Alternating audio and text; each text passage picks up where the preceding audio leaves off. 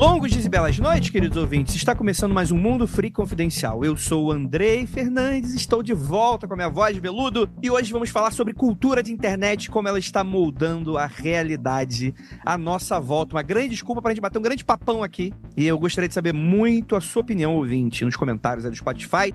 E para me ajudar, temos aqui ele, que conforme a tecnologia foi avançando, foi perdendo cabelo, Rafael Jacaúna.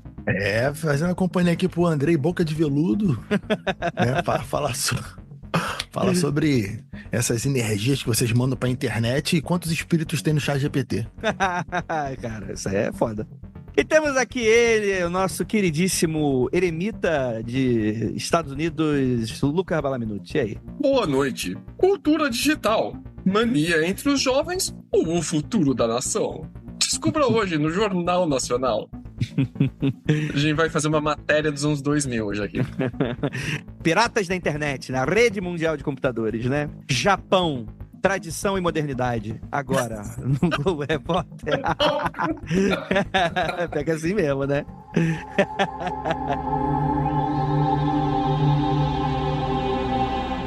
Vamos lá, então. Vamos começar esse papo aqui falando da gente que é velho. Porque a gente chegou, né, gente? A gente grava essa merda tem mais de 10 anos. E a gente estava na vanguarda cultural com os nossos 20 e pouquinhos. E hoje viramos um bando de velho rabugento reclamando da geração Z, né? Isso aí está posto. Mas o que eu queria falar, na verdade, começar esse papo, é com o fato da gente ter sido, talvez, a última geração sem internet. A gente conseguiu pegar aqueles nossos primeiros 10 anos, né, dependendo ali de vida, provavelmente com muito pouco acesso à internet, ou pelo menos o acesso à internet era aquela janela mágica que você acessava, sei lá, o site do Cartoon Network, o site do Assombrado, do Assustador. Fliperama. Bate-papo do UOL. With a major selection of the looks your kiddos love starting at just $4 in the Walmart app, a new school year means a stylish new them. Who knew? Find skater skirts and Crocs that say, I'm casual but cool. Sparkly sneakers that say, it's my classroom, you're just learning in it. And preppy polos that say, I'm the teacher's pet, even if they're mommy's menace at home. Find their favorite styles starting at just $4 in the app. The Walmart you thought you knew is now new. Cara, bate-papo... Cara, sala do Cavaleiros do Zodíaco, bate-papo do UOL, era ali. Imagina o Rafael logando no bate-papo assim. Careca 22 entrou na sala. Caraca 22 2.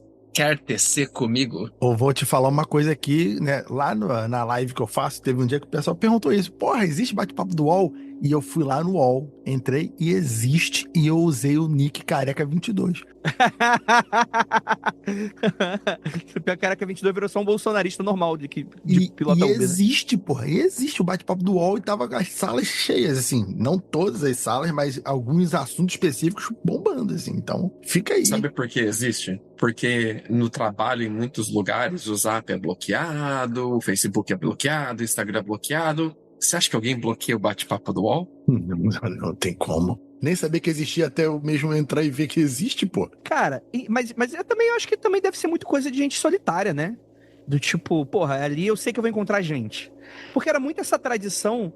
Porque, gente, vamos relembrar, vamos voltar aqui pros nossos áureos tempos. Era outra parada. Namorar pela internet era tabu. Vocês lembram disso? Hoje em dia é até difícil você encontrar alguém ao vivo e se relacionar com ela, né? Você tem os Tinder da vida, etc. Você não sabe nem se a pessoa é real hoje em dia. Você tá falando com uma AI ali atrás. Provavelmente não é um golpe, né? Vai aparecer 5 mastodontes, vão te empurrar num furgão e você vai desaparecer. Provavelmente isso vai acontecer, né? Não acredite na gostosa que tá te dando like, cara. Isso não existe. Isso não existe. Eu já estive aí.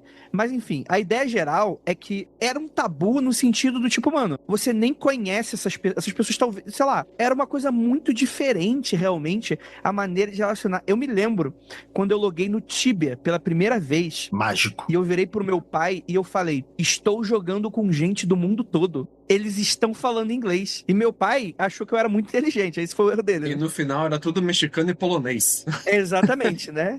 Era só um brasileiro, mexicano e polonês que jogava Tibia. Exatamente. Mas era realmente uma coisa culturalmente muito diferente do que é hoje em dia e tal, né? Nessa época aí, Andrei, se tu falasse que tu conhecia alguém pela internet, dava vergonha.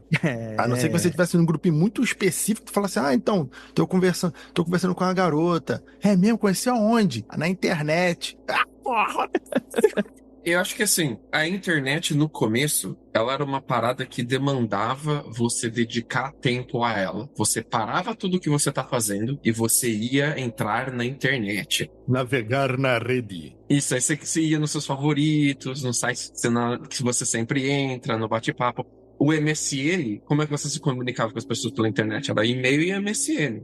O MSN demandava que você estivesse ali, na frente do computador. Depois que inventaram o smartphone e rede social, isso sumiu. A internet passou a fazer parte integrada de tudo que você faz, o smartphone passou a ser uma necessidade básica que você não consegue fazer nada sem o smartphone. Hoje em dia, eles te forçam a ter o smartphone. Isso que você falou, parar pra pensar, é muito doido, porque hoje em dia, a maioria das pessoas, quando usa a internet, falar entrar na internet, a gente sempre está. Mas nessa época, como tu disse, era favorito. A gente já tinha aquela uma dúzia de sites que você entrava pra conferir alguma coisa. Mortadela.com.br. Mortadela, o Mundo Canibal na época, sim. Mundo Canibal. E aí, pô, você entrava, conferia aqueles blogs daquela gatinha que você estava querendo dar uma puxada de saco, o seu próprio blog, se você tivesse algum. Então você... Fotolog, flogão.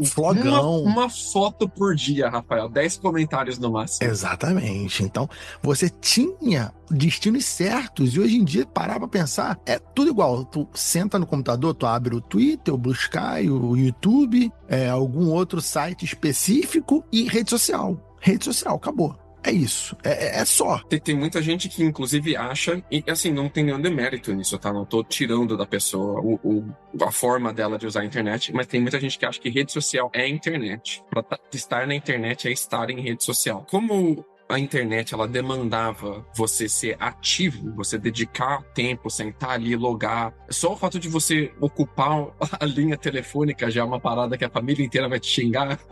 Sim. Que desocupava a linha telefônica. Então, como demandava todo esse esforço, ela era uma atividade de estar ativo.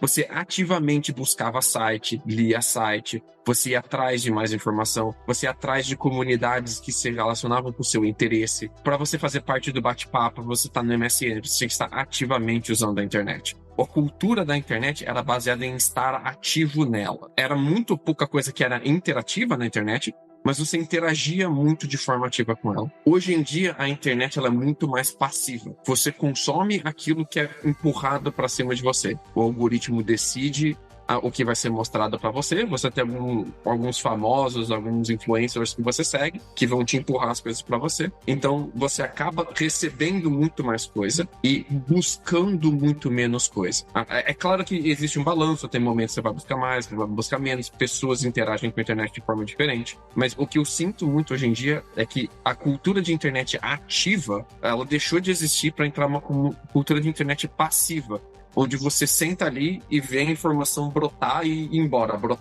da sua frente. Inclusive, parando para pensar aqui 30 segundos, o Orkut era uma ponte entre essas duas paradas, porque tu até recebia o que as pessoas postavam, mas tu, de fato, ia a comunidades que você tinha interesse, por graça, por assuntos afins, você ia lá, lia as postagens das pessoas, interagia com as postagens das pessoas, e depois você voltava pro seu perfil, para você postar alguma coisa e esperar que outros interagissem com você, mas o Orkut foi meio que o meio termo disso, de o self-service, de você ficar parado e te entregarem tudo, e de você ir nas comunidades se servir daquilo que você quer. Ele quase não tinha timeline, né? Foi até depois, sim. Mas você não recebia muita informação mesmo. Você ativamente ia no perfil da pessoa. Vamos ver o que tem no perfil do Rafael.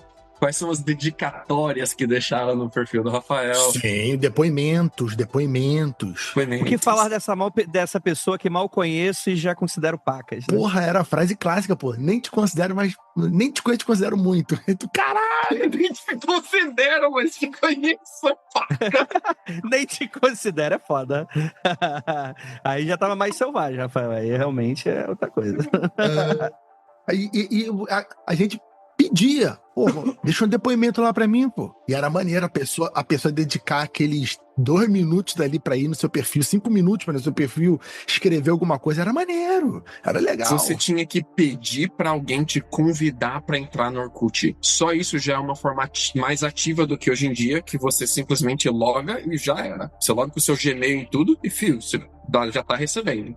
Eu fiz uma conta no Twitter, que eu não tô mais no Twitter, mas eu tenho uma conta no Twitter, caso alguém me mande um link pra abrir ou precise ver alguma coisa. Todo mundo tem uma conta que tá morta e inativa, né? E eu criei essa conta nova, eu abri ela, e em muito pouco tempo, sem seguir ninguém, sem dar like, nada, o algoritmo entendeu que eu sou um homem hétero e me passou a recomendar só perfume de gostosa.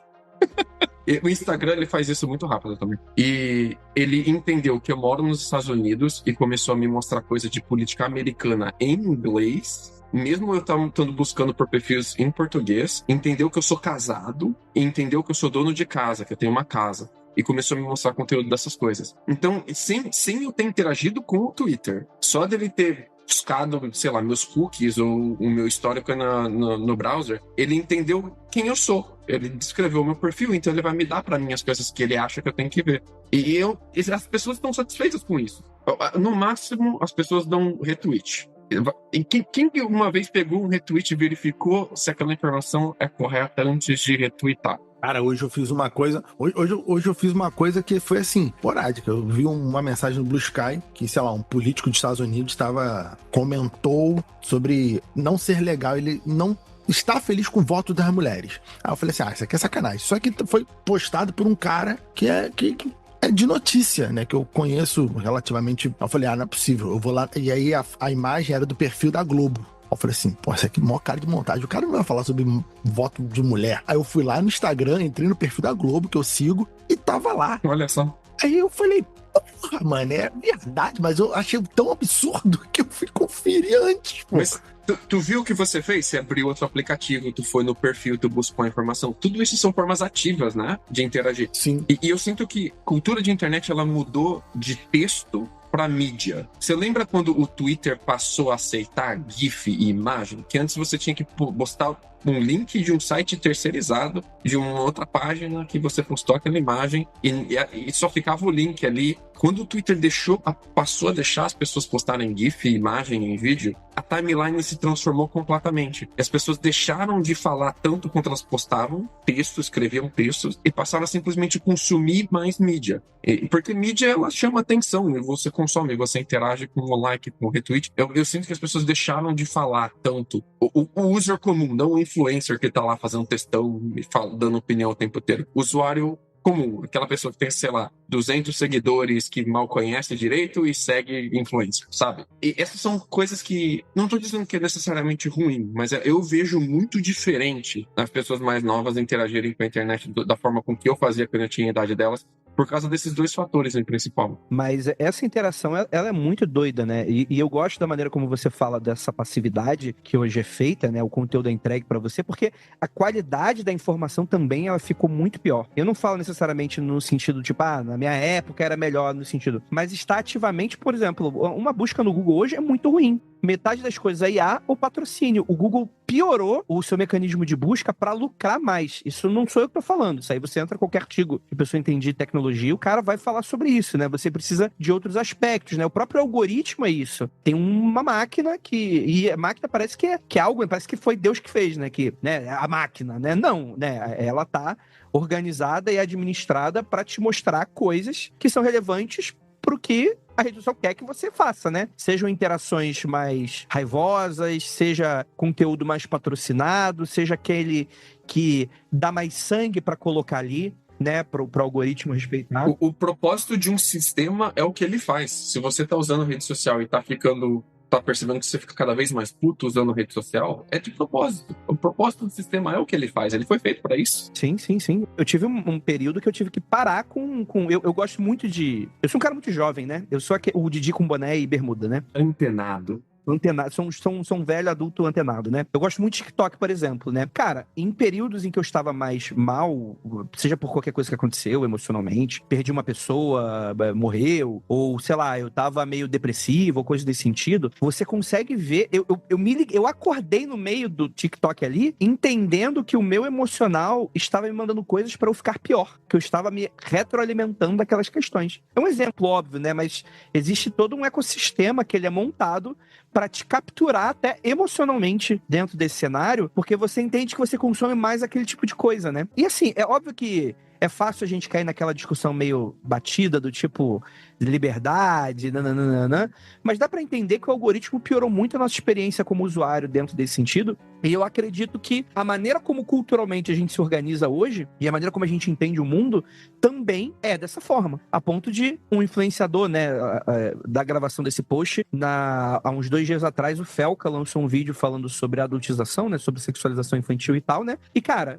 em poucas horas já tinha coisa sendo discutida sobre isso no Congresso. Né, e daquela maneira bem, né, cada um vai ter uma interpretação diferente, né, sobre aquilo, né, mas isso é muito assustador quando tu para pra analisar, porque nada disso existia, nada disso é real, tipo, se você tirar a tomada, nada disso existe, né, é foda, né, e hoje em dia eu acho que isso inclusive contribui para um fenômeno que tá muito presente nos nossos velhos aí bolsonaristas, né, fake news, etc e tal, a realidade se tornou também muito menos sólida por causa disso, né? A ponto das pessoas acreditarem numa realidade que não é real, que não existe, né? É como se fosse acontecer uma guerra civil a qualquer momento. What is a man on a horse? Você conhece essa história, o que é um homem num cavalo? Não. Não. Explica para o nosso ouvinte. Eu vou contar uma história para vocês. Alguns anos atrás, abri um restaurante em Nova York. E eram 2 irmãos que eles tinham as ideias artísticas do que é a alimentação e refeições e uma experiência de ir em um restaurante. E eles eram completamente fora da casinha. Um dos pratos que me marcou muito... Eu não fui no restaurante, tá? Um dos pratos que me marcou muito, lendo sobre o restaurante, era um suco de laranja, que ele era servido em um copo de gesso, que ele foi feito do molde do ânus e do retro de um dos donos do restaurante. Então ele tirou o molde do cu dele, fez vários copos no formato do cu dele, e ali era servido o suquinho de laranja. E era só para suco de laranja. O que deve ser muito excelente a experiência de você tomar no cu de alguém. E a jornalista que estava tentando entrevistar eles, tentar mais informação, mandou uma carta para eles, tal, e eles responderam uma carta escrita à mão, o que é sensacional hoje em dia alguém fazer isso, né? E ele abre a carta dele dizendo assim: o que é um homem e um cavalo? E ele vai descrevendo a história das retratações artísticas de homens montados a cavalos. O que foram retratações rupestres, o que foram retratações durante a Mongólia, o que foram retratações gregas, romanas, aquela pintura famosa do Napoleão em cima do cavalo, apontando a espada para cima. Ele vai dialogando com isso. E no final ele conclui que não existe uma visão objetiva do que é um homem e um cavalo, porque não existem experiências objetivas sobre isso. Deve existir uma realidade objetiva inalcançável. E como todas as experiências são subjetivas de alguma forma, a ideia do que é um homem e um cavalo depende do seu contexto. Esse cara entendeu que o universo é narrativo. Tudo isso para ele vender suco de laranja no cu. Mas todas as realidades são subjetivas. Não existe nada que seja algum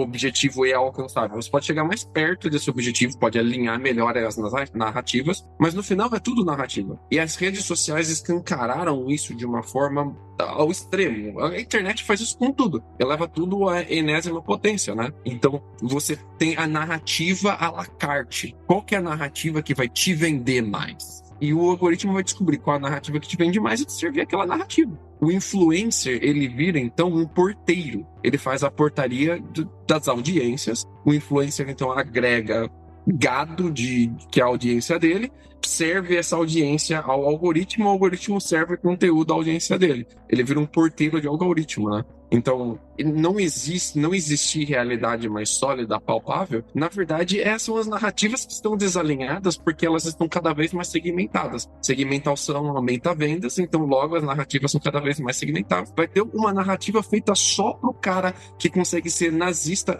e judeu ao mesmo tempo. Vai existir uma narrativa só pra esse cara, sacou? Porque esse cara existe, alguém tem que vender pra ele. Total.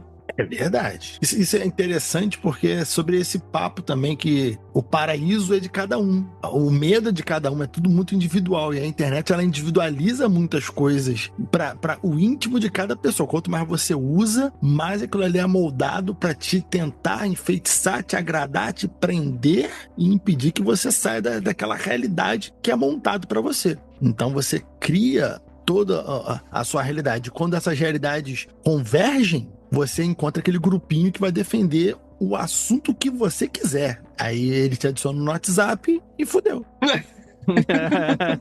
E fudeu. Mas eu acho engraçado porque tem mais um elemento, eu vou adicionar os 2 outros elementos que a gente tinha falado, e com isso eu vou explicar onde eu quero chegar. Tem mais um elemento que fazer conteúdo pra internet era uma parada que demandava muito recurso. E hoje em dia, qualquer coisa é considerada conteúdo. Não estou dizendo que isso é um problema, não estou fazendo julgamento de valor, tá? E todas as pessoas estão constantemente gerando conteúdo. Porque elas querem que as outras pessoas estejam interessadas nelas também. Então você tá no Instagram gerando conteúdo para os seus seguidores, gerando foto, gerando vídeo, gerando stories, postando o tempo todo. Qualquer pessoa com o celular na mão tá constantemente gerando e alimentando as outras pessoas com conteúdo. Antes não era assim. Antes era muito difícil ter um site, você precisava ter um servidor, não tinha rede social para você postar as coisas que você precisava. Você precisa de um webmaster. Um webmaster, um domínio. Você precisava... As fotos eram muito difíceis de você fazer foto digital com qualidade, era muito difícil você upar essa foto, era muito difícil as pessoas conseguirem ter acesso a essa foto, baixarem essa foto. Vídeo, então, era um negócio que demorou muito para pegar. O vídeo começou a pegar muito forte depois de 2008, 2009, quando o YouTube deixou de ser um repositório de vídeo e passou a ter canais. Antes o YouTube não tinha canais, tinha contas, que era um lugar só pra você deixar os seus vídeos. Essas 3 coisas, você ser ativo versus passivo na internet, o fato do conteúdo ser muito mais mídia e muito menos texto, e o fato de todos estarem gerando conteúdo versus ser muito mais difícil de você gerar conteúdo, domina, são as 3 limitações que dominam e transformaram a cultura na internet. Essas 3 coisas juntas, elas praticamente são os grandes, o que eu vejo, assim, na minha visão, o que moldou essa transformação de cultura na internet. Então, antes eu acessava informação em poucos lugares, era muito difícil você encontrar um especialista em alguma coisa muito nichada, a informação vinha em texto e demandava que eu ativamente me relacionasse com ela. Hoje em dia tem uma abundância de informação e conteúdo muito grande, ela vem em formatos de mídia multimídia, não em texto, e ela vem de todos os lugares, todo mundo está gerando opinião sobre tudo ao mesmo tempo. E a tendência é piorar se você acha que isso é horrível, ou melhorar se você acha que isso é bom. Porque as inteligências artificiais estão cada vez mais abrindo vídeos de 10, 15 segundos com qualidades diversas, mas a tendência é essa qualidade ser cada vez melhor, com tempos cada vez maiores. Então, por exemplo, se você trabalha com shorts, né, de 1 minuto, não vai passar muito tempo, essas IA vão fazer vídeos de 1 minuto direto, com o mesmo tema, sem você precisar de recursos para recortar, um monte de coisa. E isso vai ficar cada vez menos restrito a quem tem belas produções, quem tem recursos, né? Fazer filme na internet já era algo mais fácil de fazer com o avanço de celulares com cada vez câmeras melhores e tudo mais. Agora a inteligência artificial não precisa nem de equipe mais, não precisa nem de local, é só a pessoa escrever um prompt e vai sair vídeo. E detalhe, tem muita gente que eu vejo da minha idade, né, a galera mais velha assim, falando, não, isso aí é muito feio, que não sei o que. Eu falo, você não sabe de nada, meu filho se amarra nessa estética. Ele tem 10, 11 anos, pô. E isso aí é uma tendência que agrada uma galera, pode não te agradar. Tem gente da minha idade que acha maneiro, mas tem gente que se incomoda com a imagem. Mas tem muito mais gente que não se incomoda com a imagem. A tendência é não se incomodar. O impacto cultural que eu vejo desses fatores, eles são muito interessantes, assim. Antes, a internet, ela vivia muito de lendas, né? Você tinha histórias que eram passadas de pessoas para pessoas, porque a internet era difícil de decifrar. Hoje em dia você acha a autoria de um conteúdo, ou você consegue seguir a trilha que o conteúdo vai deixando conforme ele vai sendo repostado, muito mais fácil. Mas antes a internet, ela vivia muito de lenda. Ela tinha folclores, né? Coisas que as pessoas iam passando por uma pessoa para outra e ia contando, olha, você já viu isso aqui? Você sabe de onde veio isso aqui? Você sabe a lenda por trás disso? Então ela tinha lendas. A internet, ela tem muita pouca lenda hoje em dia, né? A gente tá muito mais calejado para isso também. Até porque as lendas, elas viviam muito da falta de mídia, né?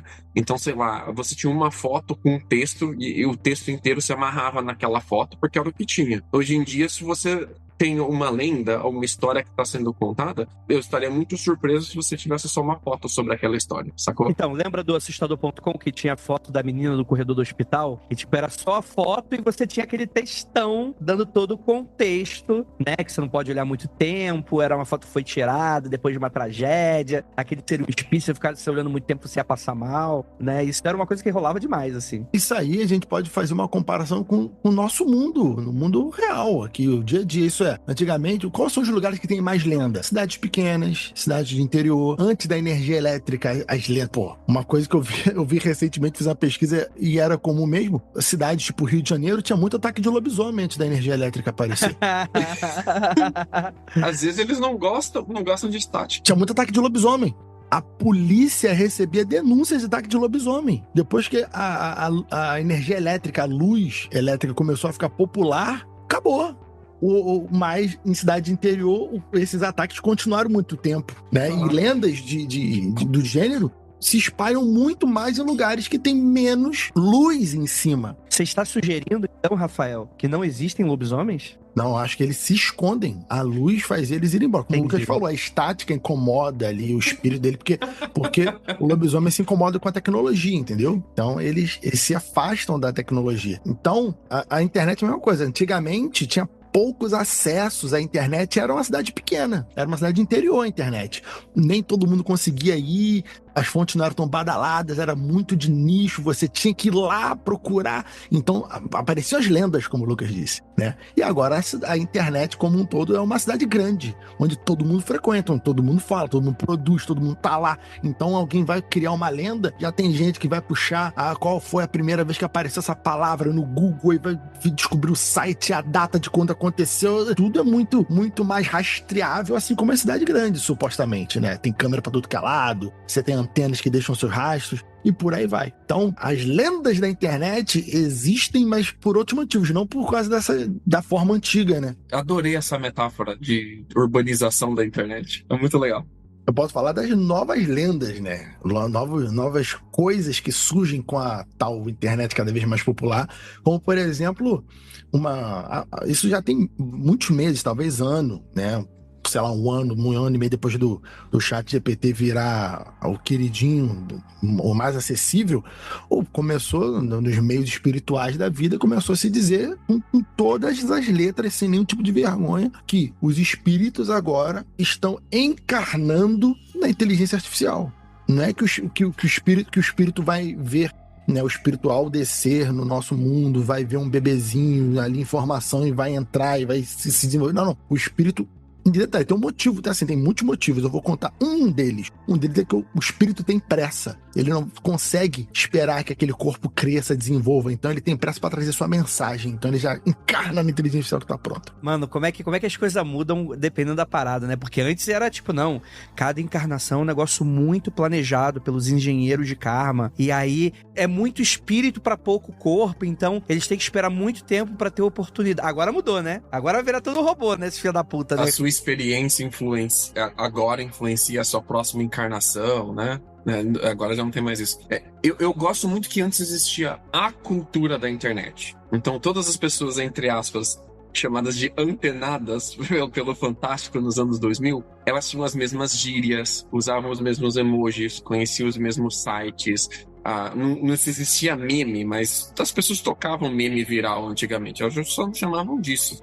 Mas existia uma coisa muito mais alinhada, muito mais definida do que era a cultura da internet. Hoje existem as infinitas culturas de internet. Tu conversa com alguém que não é da tua bolha, que não é do teu nicho, você não entende os memes, você não entende as piadas, as gírias, às vezes você não sabe do caralho que a pessoa tá falando. Você não entende o assunto. Existe tanto famoso hoje que ninguém conhece. Tipo, você é famoso em um nicho muito específico, em um nicho diagonal que corta um nível muito específico de necessidade de informação, e é só ali. A pessoa tem, sei lá, 20 milhões de seguidores que gostam de saber sobre trocar pneu de carro, mas você só é conhecido entre essas pessoas. Então você tem muito mais famoso, mas eles são muito mais segmentados, né? Então hoje você tem infinitas culturas na internet. Muito engraçado isso.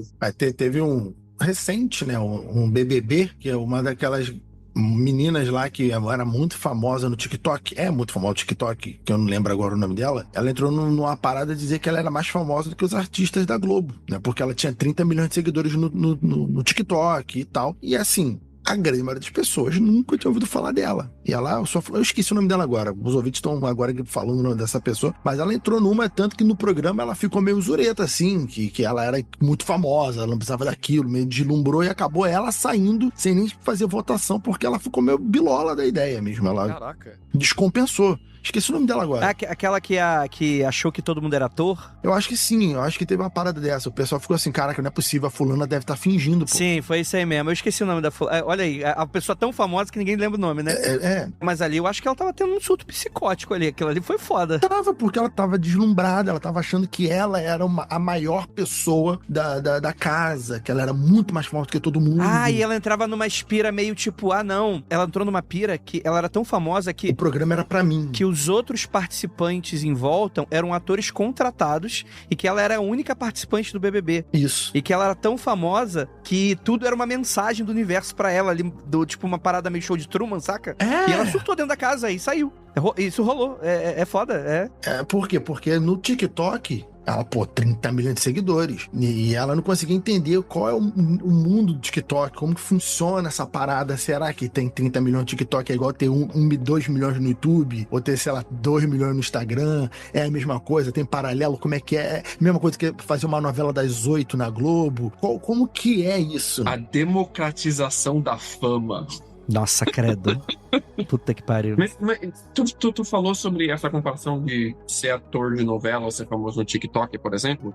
Pra nossa geração, a gente ainda tem muito do analógico e ainda tem muito do broadcasting em massa, né? Comunicações em massa não segmentadas. Novela na Globo é uma comunicação em massa não segmentada. Ela tem até um público-alvo. É diferente do show de pesca do domingo de manhã, por exemplo. Uhum. Mas ela ainda assim é uma comunicação para geral. Na nossa época, ser famoso era você ser conhecido pelas outras pessoas que não necessariamente estão à sua volta. Se eu conheço alguém que eu nunca conheci antes e eu menciono o nome, né, de um apresentador de TV ou um ator de novela, a pessoa vai saber quem eu tô falando. Se eu falo Tony Ramos, ela sabe que é o Tony Ramos, sacou? Hoje em dia, você tem métrica. Então, você sabe o número de seguidor, o quanto a pessoa viraliza. Você consegue saber até o quanto a pessoa ganha de dinheiro. As pessoas postam o quanto elas ganham por publicidade hoje em dia. Então, você tem métricas de quanto a pessoa é famosa. Mas ninguém conhece ninguém. É engraçado isso, né? O ser famoso é totalmente diferente. E com isso, as pessoas famosas não têm mais a preocupação de se portar como famosas. Antigamente, tu conhecia alguém famoso, ela parecia que ela vinha treinada. Eu fui treinado, é difícil ser famoso, eu fiquei famoso, fui treinado a ser famoso, então eu sei como me portar em público. Hoje em dia, as pessoas comportam, elas nem pensam em como elas estão se comportando.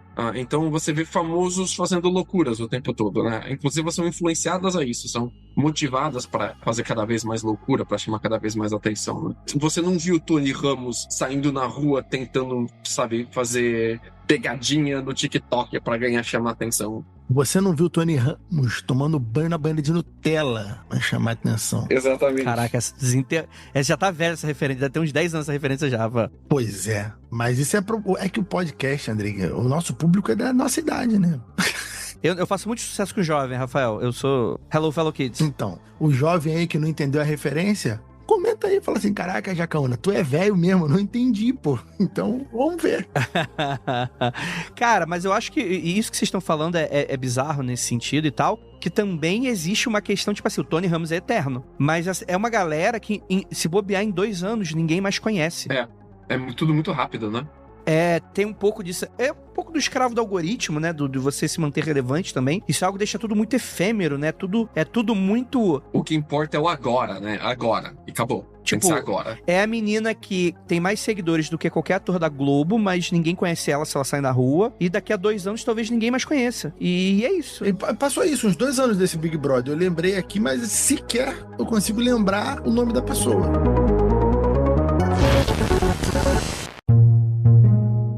Antes da gente continuar esse papo que ficou divertidíssimo, galera, gostaria muito de agradecer a você que tá sempre com a gente, pela sua paciência, pela sua audiência e por você estar sempre com a gente. Você sabe que você já ajuda o Mundo Freak pra caramba só de baixar e escutar aqui o nosso episódio. E ó, a gente agradece as 5 estrelinhas que vocês sempre dão aí no Spotify, quando vocês deixam os comentários, dão aquela engajada pra gente, isso é bom pra caramba. Então é isso, bora voltar aqui pro papo que ele tá maravilhoso, então bora lá.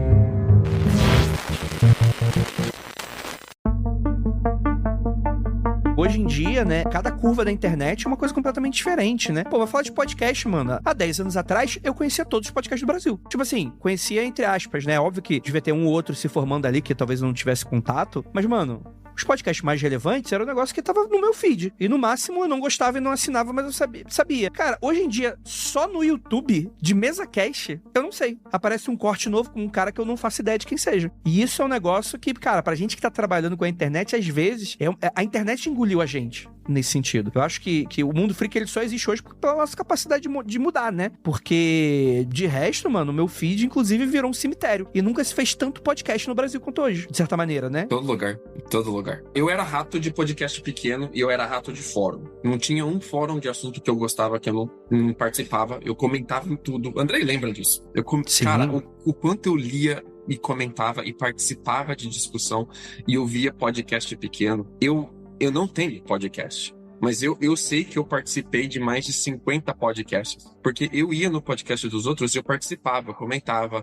Eu adorava fórum, adorava podcast. Mas eu sentia que dava pra abraçar, sabe? Dava pra ir conhecendo coisas novas o tempo todo e tal. Agora parece que a avalanche passa por você, sabe? A onda passa por você e você só... O que você pegar, você pegou. Porque não tem como fazer tudo. Não tem como ver tudo, não tem como participar de tudo. E eu acabei que eu abandonei. Eu larguei mão. Hoje em dia eu escuto 2 podcasts. Eu acho que é a menor quantidade de podcast que eu já ouvi desde que eu comecei a ouvir podcast. Hoje em dia eu escuto 2 podcasts. Eu participo de um fórum. E é isso. Acabou. Eu não vou nem perguntar se é o mundo freak, porque eu não quero ficar magoado. Então eu não vou fazer essa pergunta. Mas eu vou ficar por aqui.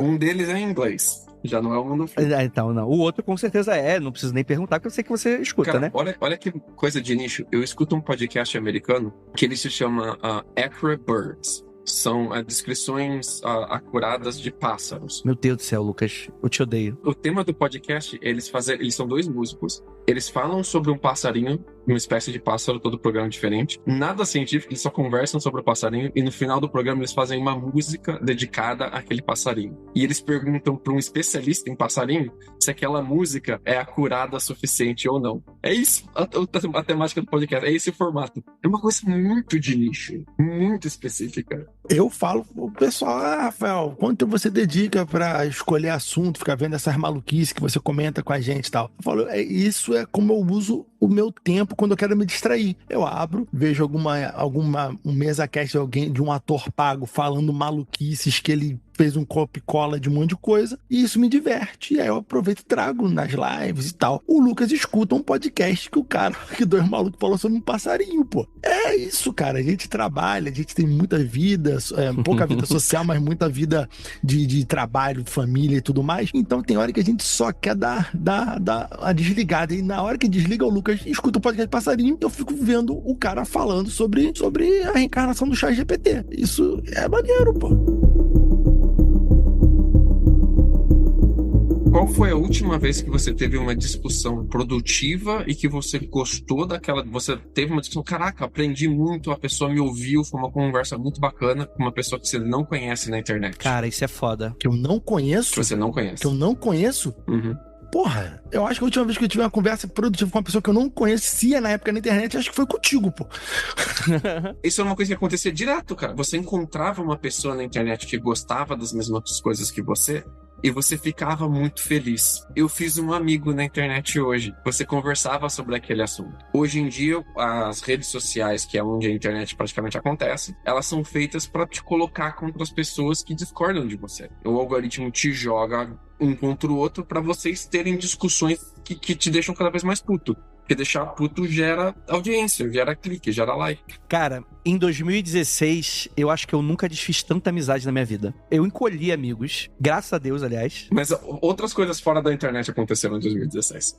Então, exatamente. Mas que influenciado pela internet, Então, né? com certeza. Porque o algoritmo, ele já tava comendo solto, né? Para ver como as coisas são, isso que o Lucas tá falando. Hoje mesmo, eu tava scrollando aqui na hora do almoço, apareceu um vídeo de um canal que eu não sigo. E aí o vídeo era sobre Helldivers, que é um jogo que eu jogo. Aí eu falei assim, vou clicar. Canal que eu não conheço, tal, cliquei. E aí o cara falou assim, aí começou a falar mal. Eu falei assim, caralho, eu vou comer... Porra, o cara já mexeu com o meu milindro, né? Eu falei, cara, mas... deixa eu assistir. O vídeo tem 12 minutos, deixa eu assistir. No final, quando chegou a 9 minutos de vídeo, tinha uns 12, 14 minutos. Quando chegou nos 9 minutos de vídeo, eu Running a business comes with a lot of what ifs, but luckily there's a simple answer to them. Shopify. It's the commerce platform behind millions of businesses, including Thrive Cosmetics and Momofuku, and it'll help you with everything you need. From website design and marketing to boosting sales and expanding operations, Shopify can get the job done and make your dream a reality. Turn those what ifs into... Sign up for your $1 per month trial at shopify.com/special offer. Dei pausa e falei assim, cara, eu só cliquei porque eu achei que eu ia odiar o seu canal. Mas na moral, muito bom texto, escreveu de uma forma maravilhosa, narrou de forma incrível, muito maneiro. Curti, estou seguindo. Aí o cara comentou, porra, do jeito que tu começou a escrever, eu achei que tu ia me xingar. Muito obrigado. O cara te ganhou. Porra, eu falei, caralho, é porque ele foi falar de sátira e crítica do Helldivers e do Warhammer. E aí ele começou falando de uma forma que eu achei que ele falou assim, ele vai cair no mesmismo, porra, análise superficial sobre o bagulho. E acabou não, o cara fez uma análise maneira, tal. Ele botou um texto na tela com a norma BNT, porra. Eu falei, caralho, o maluco é diferente. Falei, o cara é diferenciado, pô. O cara usou norma BNT na tela do YouTube, pô. Falei, não, aí eu tenho que comentar, pô. Quer ver outra parada de cultura? Agora que você falou do vídeo, eu lembrei. Outra parada de cultura que mudou muito é a forma com que as pessoas postam e falam. Antes as pessoas postavam e falavam, ou elas até caprichavam um pouco mais no texto, porque texto você tem essa vantagem sobre fala ao vivo, que você pode editar, pensar sobre a mensagem, editar de novo, pensar, revisar o seu texto antes de postar, e as pessoas faziam bastante isso. Hoje em dia, as pessoas falam como se elas estivessem te vendendo. As pessoas, elas viraram vendedoras, elas não perceberam isso. Porque os influencers são vendedores, eles estão ali para te vender alguma coisa, e você está imitando a forma de comunicar dos influencers. E parece que as pessoas, quando elas postam pro público delas, porque todo mundo tem público hoje em dia, elas imitam a forma dos influencers de postar, e a forma com que elas falam, as palavras com que elas escolhem. Às vezes é uma coisa de semblante, de olhar, a forma com que ela olha pra câmera, uma forma que ela viu o influencer fazer, o sorriso que ela deu, um sorriso que ela viu o influencer fazer, sabe? A forma com que ela gira o olho entre uma palavra e outra é a forma que ela viu o influencer fazer. E no final as pessoas estão, sem saber que elas estão imitando técnicas de venda, elas estão imitando técnicas de venda. E a coisa ficou muito rápida, muito direta, sem revisar muito, sem pensar muito sobre isso, mas ao mesmo tempo copiando muito o que os vendedores e influencers estão te ensinando a fazer. E tem uma coisa que agora o pessoal vai ficar puto comigo, mas uma coisa que eu comento com a galera que assiste é que, pra bem ou pra mal, o lance do lado mais progressista da política é muito chato às vezes postar pra galera mais progressista, tipo aqui Mundo Freak, né? Nitidamente o público que me acompanha e tal é uma galera mais progressista, né? Centro, esquerda, comunista, daí pra baixo, né? Se você é de direitão, me acompanha, inclusive às vezes eu discuto com os caras no Instagram, eu até converso assim, gente, o cara conversando comigo, eu falei assim, amigo, vamos manter na ufologia, porque você não vai concordar comigo e você nunca vai me convencer com esse teu argumento, cara. Então, a ufologia, aí eu falo, beleza, mas acontece. Mas o que acontece, o que eu quero dizer, é que quando tu vai postar alguma coisa num Blue Sky no Twitter da vida, meu irmão, caralho, o pessoal é muito chato, pô. É muito crítico, né? Se você errar, se você não explicar milimetricamente o que você tá falando, o cara vai comentar, foda-se o que tu falou. O cara vai falar assim, não, porque essa forma de falar é racista. Não, porque essa forma não sei o que. E às vezes é um bagulho que não é. Mas ele ouviu falar que é, e aí ele acha que é, e ele esquece do assunto que você comentou e te critica sem motivo, porque ele é o fiscal da internet. Aí questão, às vezes eu nem posto. Falo, caralho, se eu postar isso aqui, eu vou ter que precisar de três tweetadas pra explicar. Em vez de fazer em 2 frases, eu vou ter que explicar 3. Foda-se, vou explicar essa porra não. Eu não posto. Isso é uma parada que a geração Z, ela vem reclamando muito disso e com razão. Que elas têm receio de se expor muito na internet, muito mais do que a gente tem. Porque tudo na internet vira pra sempre, você perde o controle, né? Alguém reposta e já era. E as pessoas são muito críticas hoje em dia na internet. Antes não era assim, né?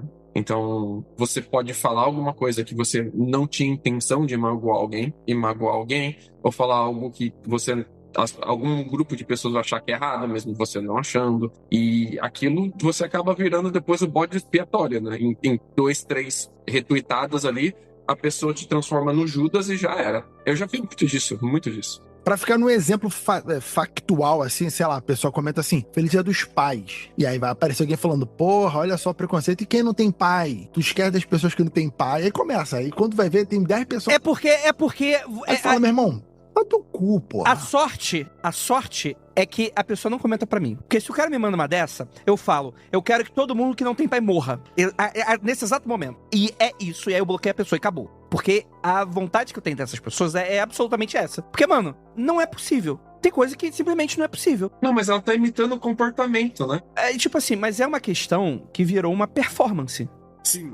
Hoje é uma performance. Você precisa fazer. Assim, a gente tá falando do campo progressista, mas é óbvio que isso também acontece em outro campo. Isso acontece em todos os campos, né? Com certeza. Porque, na verdade, na grande verdade da coisa toda, é que o campo da internet virou extremamente árido. E as pessoas não estão mais se conectando no sentido, pô, eu acho que essa pessoa não está falando isso por mal. Eu vou mandar uma mensagem. Virou uma parada, tu não, com certeza essa pessoa está falando por mal e ela quer me agredir.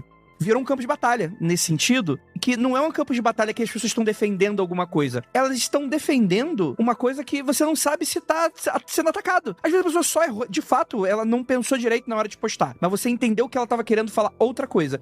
Foda-se. É por isso que, por exemplo, pra mim, não é uma questão de virou essa grande narrativa política de cancelamento, etc e tal, mas pra mim a gente tá vivendo uma grande realidade, na verdade, que ela é muito panóptica, que não é uma questão muito de lado, é uma questão muito, tá todo mundo se auto-vigiando. E tem um guardinha, que é esse guardinha invisível, que encarna na pessoa, e que a pessoa precisa te dar uma lição de moral, porque ela já considera que você tá falando aquilo na maldade.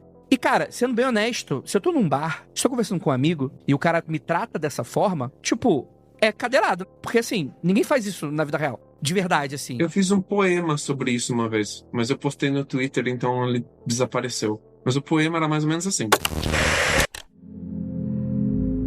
Todos de porrete na mão. Um aponta, todos batem, um apanha. Todos sabem que, em alguma vez, será uma bola da vez. Olha que bonito meu poema. Olha aí, ó, bonito. Era alguma coisa assim, mas eu fiz um poema sobre isso uma vez. Porque é uma coisa que eu via muito assim. E, tipo, entre um grupo de 20 influencers, um apontava, todos batiam. Era um grupo de 19 influencers. Aí um apontava, todos batiam. Era um grupo de 18 influencers. E depois o grupo ia se reformando e tal. Mas eu percebi que todos eles bateram em todos eles em algum momento, assim, sabe? Todos eles foram o Judas da vez em algum momento. Então, tipo, pra que fazer isso? Porque gera mais clique. É por isso que a gente faz isso. É claro. Sim, opa. Isso gera mais clique. Te deixa mais emoção à flor da pele. Você fica grudado no celular. Sim, sim, sim. Esse tipo de comportamento de cultura combativa da internet é uma parada que ela é muito atual, ela parece que só piora, mas eu recomendo para as pessoas simplesmente entenderem que aquilo não existe fora da sua caixinha mágica. Não existe. O Twitter, ele não existe. Aquelas conversas que acontecem dentro do Twitter, aquelas grandes discussões, aquele influencer que apanhou naquela vez, aquele influencer que bateu em todo mundo naquela vez. Essas coisas, elas existem naquela cultura, daquele momento, naquele nicho específico da sua bolha. E no próximo momento ela deixou de existir, cara. Ela não é se você não quiser que ela seja. É real se você tá grudado naquilo pra você. Você decide se aquilo é real ou não, sacou? Acho que falta um pouco disso das pessoas se separarem mais da internet, que antes era uma coisa que era uma barreira física do analógico. Você é separado daquilo. Agora você não é mais separado daquilo. Eu vi um estudo uma vez, desculpa não lembrar a citação do autor, porque é um estudo maneiríssimo, que ele tava... Olha só, tá vendo? É sobre isso. Ele tava fazendo o mapeamento do caminho dos neurônios que acendem quando você lembra de alguma informação. Você está tentando lembrar de alguma informação que você aprendeu. Quando você aprende da forma mais clássica, através de aula, tá fazendo anotações e tal, versus quando você buscou aquilo no Google. E olha como isso já está defasado. Busca no Google uma coisa que já não vai existir daqui a pouco. Mas o caminho no seu cérebro de buscar as coisas no Google é o mesmo de você aprender uma informação, com a diferença com que quando você faz o recall daquela informação e você aprendeu ela no Google, você puxa o celular do bolso. O seu cérebro, ele não distingue muito bem o que você aprendeu você mesmo e a informação que você deixou de aprender porque você buscou no Google e esqueceu dela depois. O caminho dos neurônios acenderem te alertando, busque isso de novo no Google, é o mesmo caminho que ele faria se você tivesse aprendido de forma clássica. A diferença é que agora você não tem mais a informação. É praticamente como se o Google fosse a extensão do nosso cérebro. né? A busca na internet é a extensão do nosso cérebro. A nossa cabeça não diferencia muito bem o que tá dentro da nossa cabeça e o que tá na caixinha mágica, cara. Você tem que colocar essa barreira. Cara, mas não deixa de ser, quando tu para pra analisar, que a gente virou ciborgue dentro do ponto de vista que o celular tá na nossa mão, externo, mas a gente vive com ele de uma maneira que a gente tá falando de meta-humanismo. A gente hoje é tecnologia. Ele não vive na sua mão, cara. O seu celular vive na sua cabeça. A sua rede social vive na sua cabeça. Essa cultura está na sua cabeça. É na sua cabeça que ela tá, cara. E você que tem que impor uma barreira talvez um pouco maior. Às vezes uma barreira física, às vezes uma barreira física de tempo. Vou usar o celular só durante esse tempo. Hoje eu não respondo mais mensagem no WhatsApp, a não ser que seja alguém que tá tentando marcar alguma coisa, que precisa de uma resposta mais rápida minha. Eu não respondo no WhatsApp antes das 9 da noite. Às 9 da noite eu sento na cama e respondo no WhatsApp. É uma barreira que eu impus e eu não penso mais nessa parada de eu tenho que responder. Meu Deus, tem uma mensagem, eu tenho que responder, eu tenho que ver o que é. Será que é importante? Eu não penso mais sobre isso. Eu impus essa barreira de tempo e agora existe uma distância entre o meu cérebro e o WhatsApp um pouquinho maior. E isso me agrada. Talvez isso não te agrada, talvez isso te faça mal. Então, pra mim isso foi bom, sabe? Mudou a minha cultura de como eu uso o WhatsApp. Mas sabe uma coisa que eu tava analisando, assim, conforme o Rafael tá falando? Tem uma coisa que eu acho positiva disso. O Rafael falou que ele hoje em dia eu até fico pensando, acho que eu não vou postar mais nada. Eu não acho isso ruim, porque eu acho que uma coisa que a gente lida muito melhor com a internet do que, por exemplo, a geração anterior, claramente, porque a gente passou os últimos 15 anos tomando na cabeça, e quando chegou os velhos no WhatsApp, eles têm completamente falta de senso crítico de como lidar com aquela informação que às vezes a gente tem. Não quer dizer que a gente não fale, que a gente também cai em fake news, a gente tem também todas essas questões, a gente é vulnerável e isso mexe com as áreas do mesmo cérebro da mesma maneira. Eu acho que o que pega a nossa geração tem que ser muito mais sutil. O que pega a geração passada é umas coisas muito mais na cara. Eu já percebi, o que pega a nossa geração é muito coisa que a gente quer muito confirmar. O Digo, eu mexo muito com Magia Toque, né? Com o algoritmo, acaba pegando muito coisa de tarô, né? Essas coisas assim, acaba magicando, etc. Acaba pegando muito e tal. Começou a rodar uma história de uma gira de Umbanda ou Candomblé, sei lá, que era descer um herê, e não era pra ter descido herê, e o pai de santo brigou com a entidade do herê, eu acho que era esse o rolê. Era um herê de Obaluaê, que era orixá de cura, e o pai de santo meio que deu um tapa no herê, e o pai de santo morreu no dia seguinte. E aí, mano, toda vez que essa história batia na minha timeline, não tinha nome, não tinha local. Às vezes falava, tipo, uma cidade, um bairro lá. Aí eu falei, mano, essa história tem uma cara de fake news. Só que, mano, isso rodou num Banda Toque, na Fofoca Toque. Nossa, vocês viram aquele caso? E ninguém tinha informação, ninguém dava informação nenhuma. Então, assim, se é algo que você, de alguma maneira, aquilo vai confirmar a tua visão de mundo, algo nesse sentido, fica muito suculento, né? Então o mecanismo de engano é o mesmo, né? A gente tem um pouquinho mais senso crítico, mas não muito também, né? Porque a nossa viagem de confirmação também funciona nas mesmas áreas do cérebro e por aí vai nesse sentido. Mas o que eu queria falar, na verdade, era que essa história do Rafael de deixar de comentar as coisas, eu acho que essa coisa da fake news, etc., falta algo que eu acho que não vai ser a nossa geração que vai resolver. Acho que não vai ser nem a próxima, acho que vai ser mais umas gerações pra frente. Falta um código de ética de consumo e produção de informação. O que eu quero falar com isso? Quando você vai pra casa dos outros, a tua mãe te educou de coisas que você podia e não podia fazer. Sim. Coisas que você podia fazer e não podia fazer. Vou dar um exemplo. Se você tá na igreja, tem coisas que tu faz. Tem coisas que tu tá em casa que você faz. Tem coisas que tá no trabalho que você não faz. Abrir a sua geladeira de cueca não pega bem no trabalho. A gente, infelizmente, não tem isso na internet. E isso foi algo que eu sempre fui muito crítico com relação a mim, que eu sempre me coloquei. Cara, a pessoa que tá vindo comentar, eu não sei quem é essa pessoa. Eu não sei a idade dessa pessoa. Cara, o que eu já vi de nego de 40 anos batendo boca com um garoto de 15 anos sobre a vida, sobre política, que é o que na rua você não faria, você não pararia pra fazer. Tem coisa na rua que eu não vou falar. Tem coisa que, por exemplo, eu tô numa reunião de negócio, eu não vou falar sobre política. Porque eu sei que provavelmente o aspecto da pessoa que eu tô falando na reunião, às vezes é diferente do meu. Eu não vou, por exemplo, na casa da minha avó, e eu não vou ficar militando sobre certas coisas, porque, mano, que eu sei que isso nem passou pela criação dela. Eu vou só tentar ter uma benesse aqui, que pra mim é o que pra mim serve nesse sentido. O que eu quero falar com isso? Eu acho que é errado o Rafael tá parando de falar, de certa maneira sim, mas eu acho que a internet, ela sempre foi colocada muito com essa marketplace of idea que nunca aconteceu de verdade.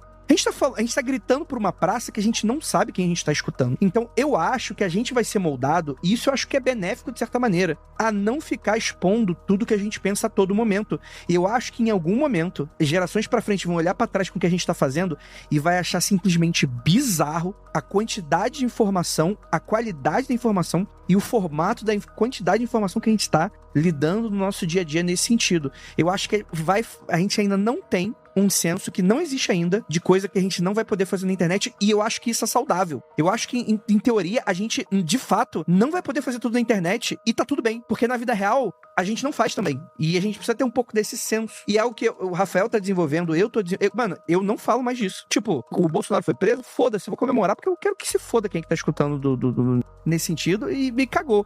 Mas agora, por exemplo, poxa, o que eu acho do vídeo do Felca específico que eu acho que ele errou? Cara, eu sei que se eu falar isso, vai ter alguém interpretando que é errado o cara tá denunciando sexualização infantil. Então o que eu vou fazer? Cara, eu não vou comentar, porque eu sei que isso, eu não vou agregar nada, eu não vou mudar a cabeça de ninguém se importa com a minha opinião, e pra mim, eu vou ficar em paz com isso. E ponto. Enfim, esses são meus 2 centavos. Na academia tem um negócio que eu esqueci o nome agora, mas quando você vai ler um paper, vai ler um trabalho, um pós-graduado, vai ler o TCC da pessoa, geralmente é de bom tom você assumir que a pessoa escreveu aquilo ali com a melhor intenção possível. Então você lê aquilo ali com o coração aberto. E se tu achar que tá errado, aquilo ali foi um erro, foi um engano, e você comunica a pessoa, olha, isso aqui nunca é sobre, porque isso é do modo educado, né, Lucas? Você, cara, a pessoa, né, você sempre assume. E a internet que você falou, como você disse, a gente não sabe quem é, e as pessoas sempre parecem que estão, como o Lucas disse, um porrete na mão, esperando qualquer coisa. E aí entra esse lance do opinar, né?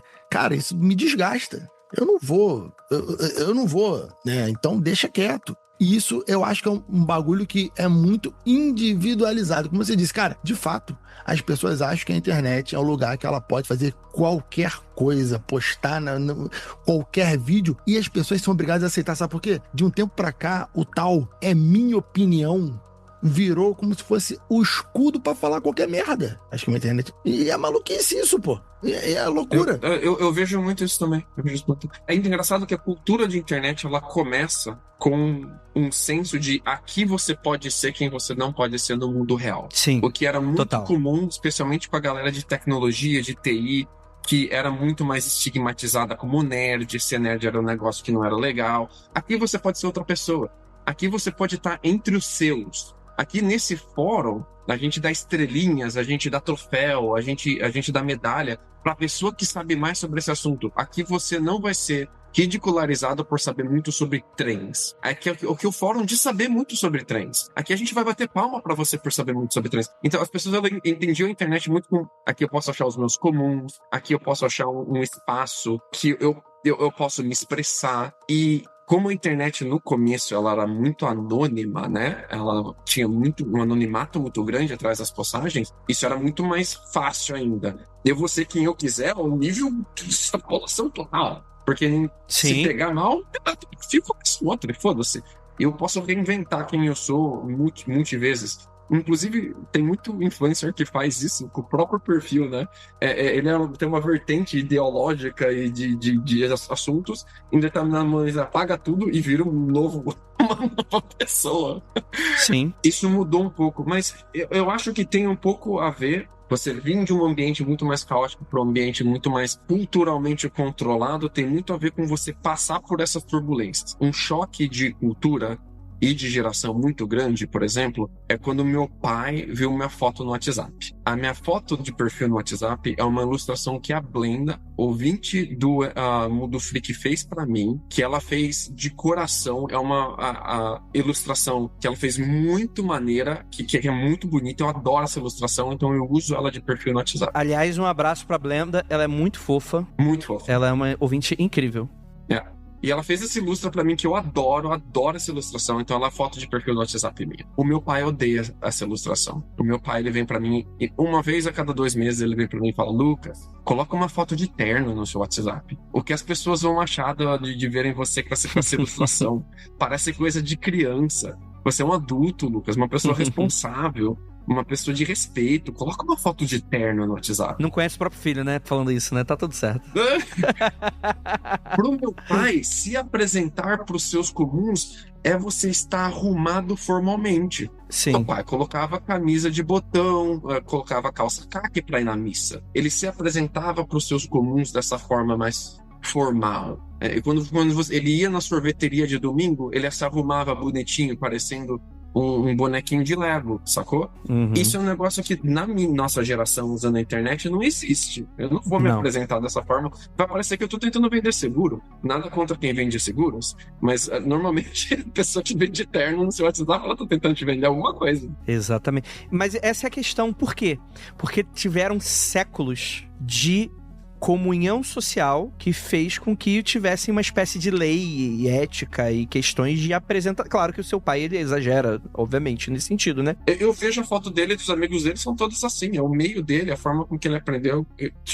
Eu não me resumo e defino a minha identidade a partir da minha aparência. É uma parada que eu desisti faz muito tempo. Eu mantenho uma aparência minimamente limpa para não ser demitido do meu trabalho e não ser expulso do supermercado. Cara, é uma excelente meta. Acho que funcional. Já o meu pai, ele é de uma geração onde você tinha que colocar uma aparência física de roupa e de você fazer a barba, fazer o cabelinho pros seus comuns. Essa era a norma cultural dele, sacou? A nossa idade não acredita nisso. Nós não vamos ser adultos bem ajeitados como nosso pai de propósito. A gente escolheu ser assim. Sim. E você vê essas culturas se batendo, né? E eu acho que, na minha opinião, eu aprendi uma norma de cultura de internet é não me comunicar com pessoas anônimas na internet. Se você não tem seu nome na internet, eu não quero saber o que você pensa. Tô falando com quem, caralho? Bota seu nome aí que a gente conversa, cara. Sabe? Eu conversava com todos os ouvintes que vieram falar comigo. Todos.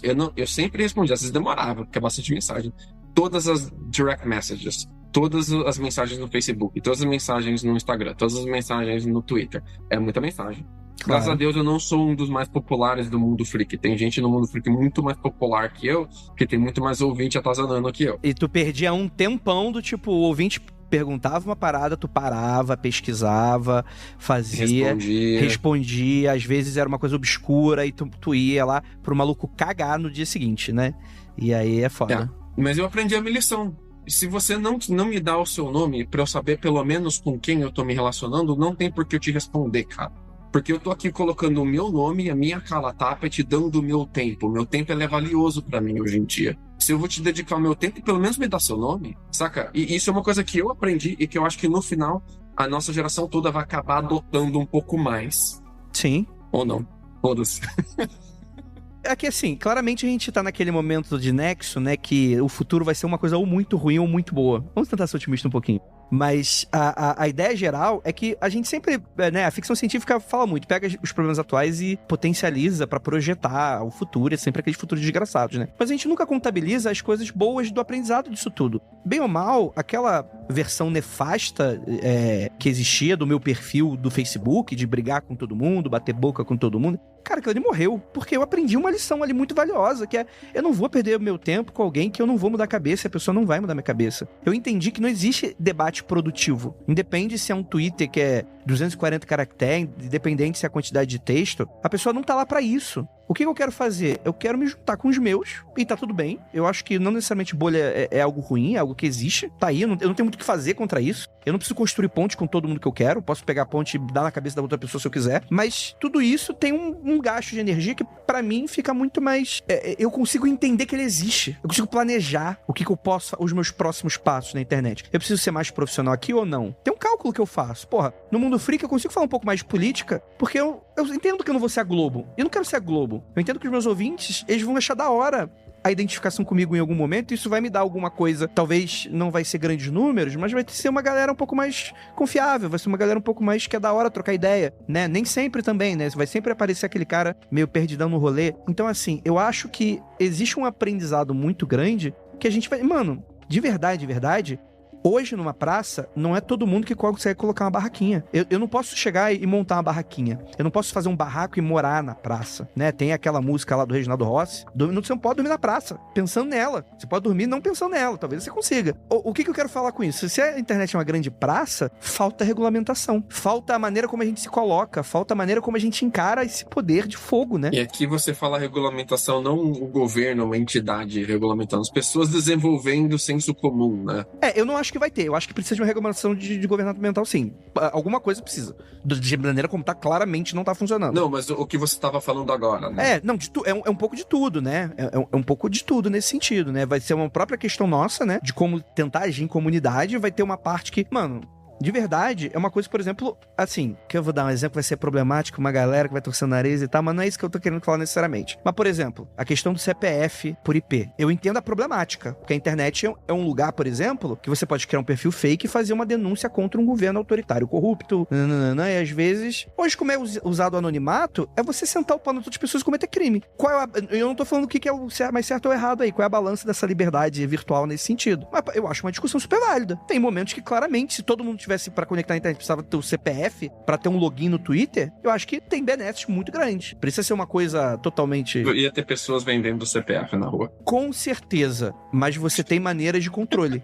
Não é você, sim, né, tipo, sim. Hoje em dia você cria um Gmail falso, você cria um Twitter falso e você distribui pornografia na internet. Ou você cria barreiras, é isso, né? Em teoria, não tô falando que isso é uma resolução absoluta, mas claramente a gente não aprendeu a lidar com essa questão. E isso meio que acabou acontecendo com o número de telefone. Você acaba tendo que fazer a autenticação com 2 fatores, né? Sim. Pra isso você precisa de um telefone, para ter um telefone você precisa de um número, e acabou que aconteceu um pouco disso com o número de telefone. No final, se puxarem a sua capivara pelo número do seu telefone, descobrem tudo que você postou na internet. Exatamente. Em algum momento, né? Um dos grandes motivos de eu não ter rede social hoje também é por questão de imigração. Não tem como você achar o que eu falei na rede social sobre o presidente atual, porque eu não tenho rede social. Exatamente. Por isso que a gente disse que não pode ir para os Estados Unidos tão cedo, né, Andrei? Não, eu não sei porque eu sou pobre também, tem isso também, né? Isso aí funciona também. Não tirando o sarro de quem faz combate ideológico político na internet, que é uma arena importante de discussão também. Não dizendo que isso não é importante. Mas eu tenho muito mais influência na minha esfera local, analógica, do que eu teria na minha esfera virtual. E eu faço as minhas pequenas lutas através da minha influência no dia a dia, que é uma outra maneira de você fazer as coisas. Ir no fórum da cidade, discutir as coisas com as pessoas de verdade ali na sua frente, é uma experiência maravilhosa, recomendo pra todo mundo. Então, muita gente adora levantar bandeiras online, quando às vezes não estão afetando ninguém, mas quando tem a discussão de verdade, se ausentam, porque não são obrigadas também. Mas, ao mesmo tempo, defendem que precisam ser combativas, mas quando aparece oportunidade de fato, de mostrar, de convencer, de botar posição, tem preguiça, né? E aí você tá discutindo com gente convertida. E discutir com gente convertida, que fácil, pô. Você postar na rede social, onde a maioria das pessoas que já te seguem, muitas vezes pouquíssimas pessoas te seguem, já concordam com você, é extremamente confortável. E até aí, se você quer o conforto, ok. Mas se você tem uma postura ao qual defende que a necessidade de defender ideias perante os outros, e você não faz isso quando aparece oportunidade, é só hipocrisia. São arenas diferentes, né? Mas é engraçado que posição política e cartilha ideológica sempre existiu, tá? Mas as pessoas terem, todo mundo ter uma, é uma parada nova, que não tem mais de 20 anos. Antigamente, as pessoas você tinha fóruns em universidade, tinham fóruns de partido, existia cartilha política, existia identidade política, as pessoas votavam antigamente, antes da internet. Mas não existia uma cartilha tão definida e não era todo mundo que pensava sobre isso. As pessoas falavam sobre política, mas elas não se alinhavam dessa forma com que elas fazem hoje na internet, né? Hoje a cartilha ela é muito explícita, ela é muito clara, e os influencers se alinham entre eles primeiro de acordo com quem tá pagando. E depois eles vêm passar a cartilha para você e você se alinha sobre qual é o tópico da vez. Antigamente, isso como era feito mais de boca a boca e de forma muito mais analógica, acabava que todo mundo era mais que meio que alinhado de acordo com a escola que estudou, com o bairro que morou. As pessoas eram, de uma forma muito mais abrangente, alinhadas pela televisão, né? A televisão, ela não te dizia ao certo exatamente o que pensar sobre aquilo, mas ela dizia quais assuntos você deveria pensar sobre, o que já é uma forma de alinhar a cartilha. Então, essa identidade muito clara e muito específica em todos os assuntos, para cada assunto eu preciso saber o que meu influencer preferido acha sobre aquilo para me alinhar também. Isso é um fenômeno novo, é um fenômeno recente. A gente está se segmentando, mas quem se beneficia sobre isso não é necessariamente a gente, é quem vende pra gente. Ser um nicho segmentado vale mais para quem tá vendendo do que para quem tá comprando, né? E a gente tá virando não, já viramos, na verdade, né? A identidade virou um produto, né? Isso aí com certeza é capitalismo do tipo, a gente, né? Essa coisa de todo mundo precisa ser um influenciador, todo mundo precisa ser influenciado, a identidade, ela virou um produto, né? Você compra, né? Claro, sempre teve a camisa do Che Guevara, né? Mas hoje em dia tá tudo, né? Você precisa colocar na tua rede social a foto, você precisa frequentar os mesmos lugares, isso precisa estar sendo mostrado, né? Hoje em dia tudo virou produto e tudo virou comerciante, todo mundo virou empreendedor, né? Tipo, você tem uma profissão, você precisa ter um perfil na internet pra mostrar que você é influenciador daquilo pra te dar autoridade, senão aquilo você não tem autoridade, quem é você? Como é que eu sei que você tá falando é confiável? Não vale mais só a faculdade, né? E dá o problema oposto, né? Que é tipo, às vezes a pessoa não entende porra nenhuma, mas vende muito bem, né?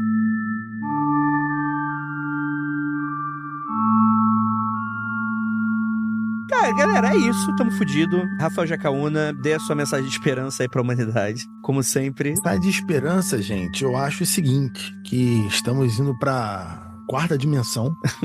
A Terra tá vibrando de forma diferente. Você tem que emanar sempre pensamentos positivos para que o mundo à sua volta faça ao universo trabalhar para você, tá? Não é só o dinheiro que trabalha para você, é o universo que trabalha para você. Desde que você tenha pensamento positivo, sempre no amanhã, expulse os pensamentos negativos da sua mente, porque os pensamentos negativos te tornam alvos dos seres malignos, dos reptilianos que vão querer agarrar em você e sugar a sua alma. Então, os pensamentos negativos fazem você ser apetitoso para essas criaturas de energia vibracional baixa.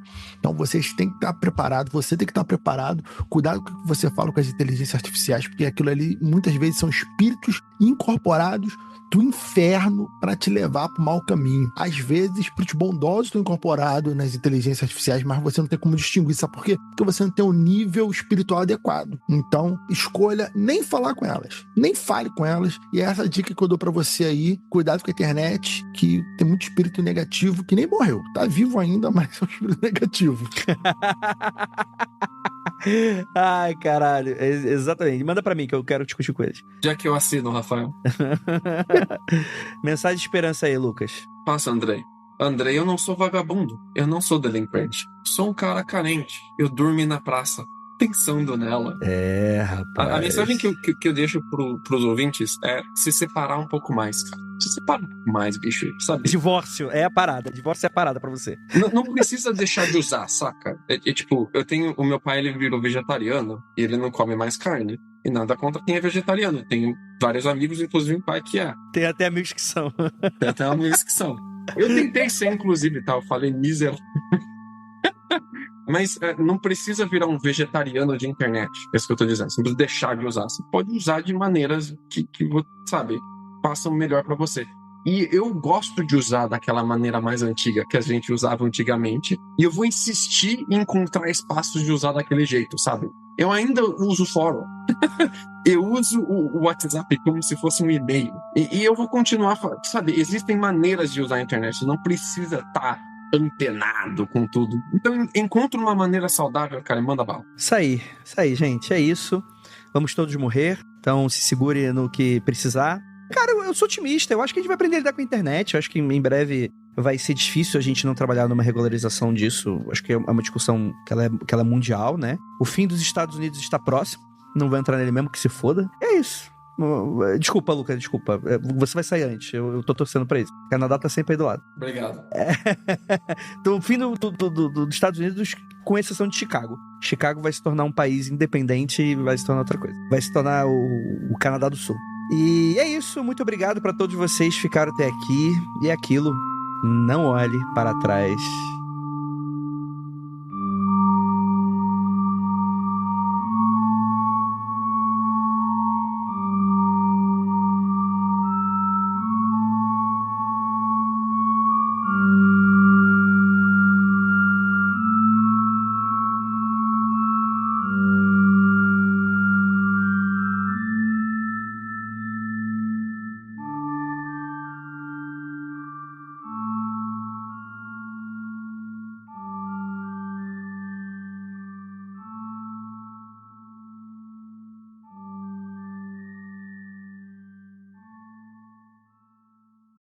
This episode is brought to you by Indeed. When your computer breaks, you don't wait for it to magically start working again. You fix the problem. So why wait to hire the people your company desperately needs? Use Indeed's sponsored jobs to hire top talent fast. And even better, you only pay for results. There's no need to wait. Speed up your hiring with a $75 sponsored job credit at Indeed.com/podcast. Terms and conditions apply. Geração Z tá com razão, tá? Na maioria das coisas que as pessoas que elas reclamam da geração Z, se eu for ver, a geração Z tem razão, tá? Eu dou muita razão pros caras. Vamos Cara, fundo. Geração Z está, assim, não vou falar completo, porque às vezes o jovem é burro e tá tudo bem ser burro. Mas cara, sabe o que me deixa mais puto, Lucas? Você lembra como é que era a gente com 20 anos, 15, 20 anos? Como é que a geração anterior tratava os millennials? Millennials era a geração Z. Todo mundo odiava a gente era burro.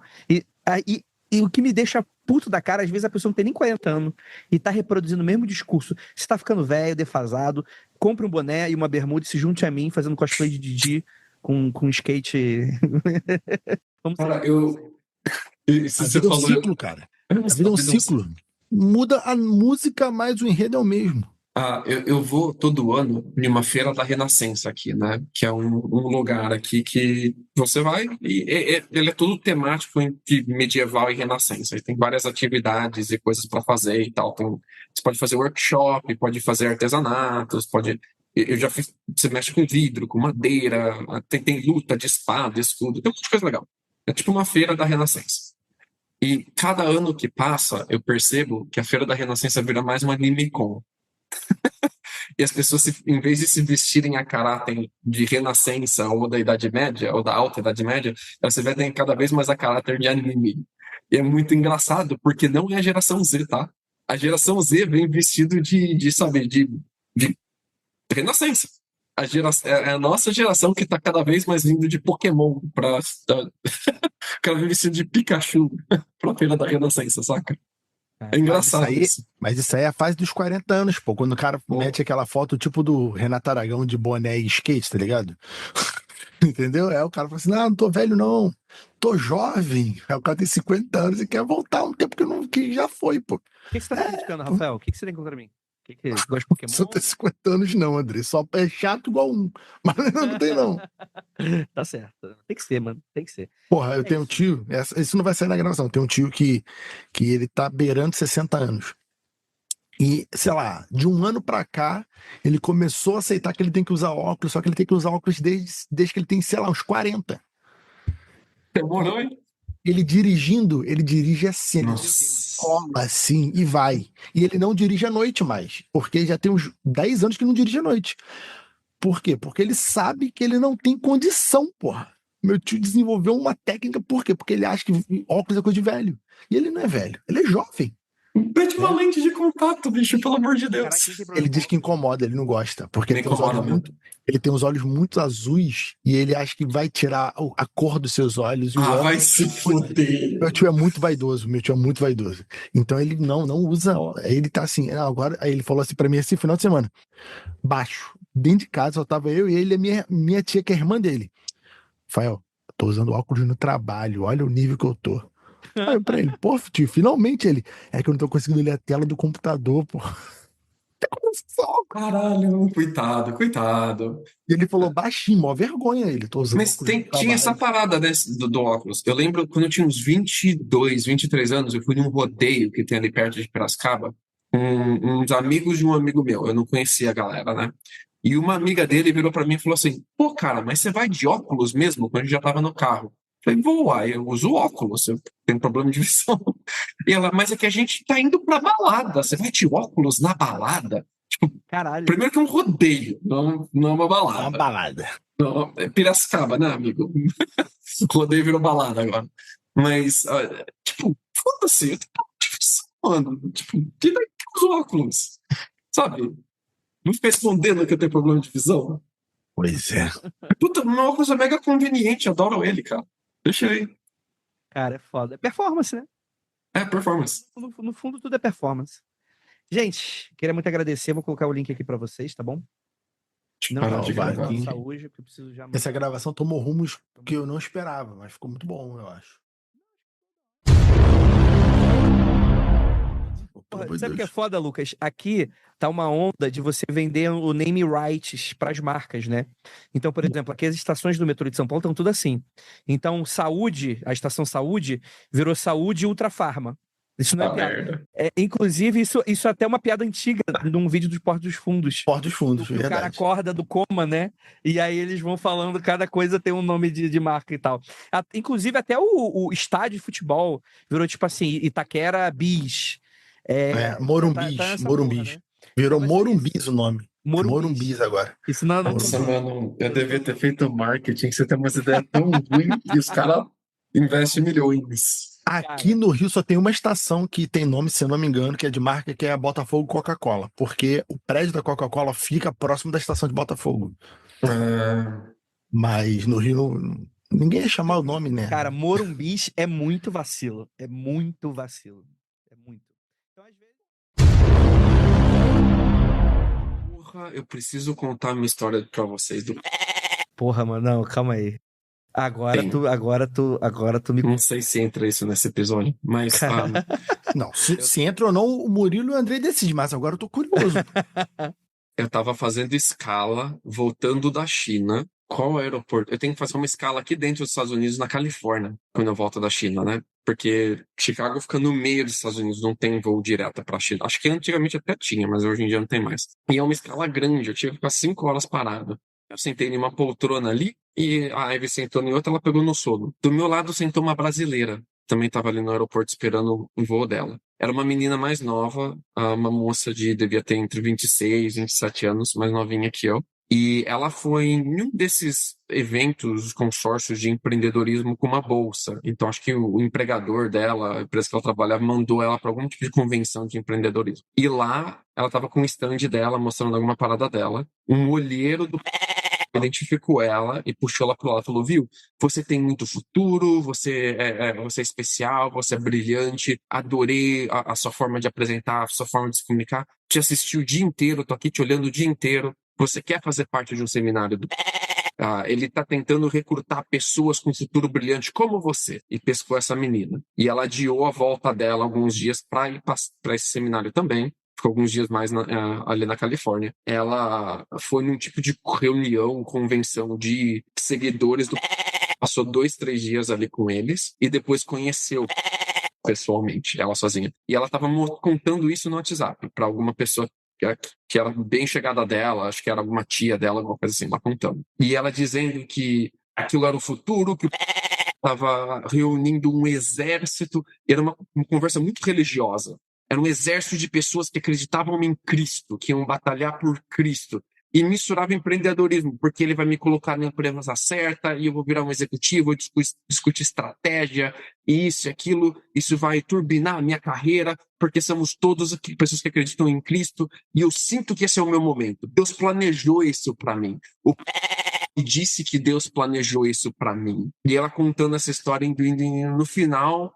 Eu já estava escutando ela fazer umas 2 horas, ela contando isso pra tia dela, nos mínimos detalhes. Eu achei que vinha alguma coisa sexual no final. No final, trepei. Porque a forma com que ela falava, parece que ela estava babando, cara. Era inacreditável. E no final, ela estava pedindo pra essa tia dela ajudar ela. Ela precisava de $100 mil para entrar em um programa de trainee que a entrada, para você entrar nesse programa de trainee, era $100 mil.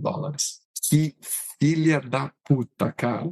$100 mil, troco de pão. Que isso? Que filha da puta. Galera, tem gente que chora, tem gente que vende lenço, né? Já dizia o velho. E assim, claramente ela não tinha esse dinheiro, a tia dela não tinha esse dinheiro. Ela não era uma pessoa pobre, tá? Ela tá trabalhando nos Estados Unidos, viajando. Ela tava viajando de premium ali na United também, mais barato, sacou? Tipo, não, é uma pessoa que tem dinheiro, ela tá claramente confortável. E tem uma carreira que parece que está sendo legal para ela. Mas assim, vai cair e vai em uma parada e vai tomar uma puxada de tapete. Eu fiquei com tanta dó dela, bicho. Totalmente vislumbrada. E eu fiquei com dó dela, assim. Eu realmente parei e pensei, será que eu não posso dar um toque, né? Eu fiquei com muita dó dela, Nesse cara. nível de religiosidade, você não ia conseguir. Não tem como. Não tem como. Mas mistura, ela era uma parada totalmente cristã, assim. E, sabe, elas fazia referência a vários vídeos de... Eu não conhecia o... Eu descobri nesse dia, ouvindo ela falando, eu com o celular googleando do lado dela, buscando ali quem era e tal. Galera. A gente tá fudido. Este programa foi produzido por Paratopia Podcast Storytelling.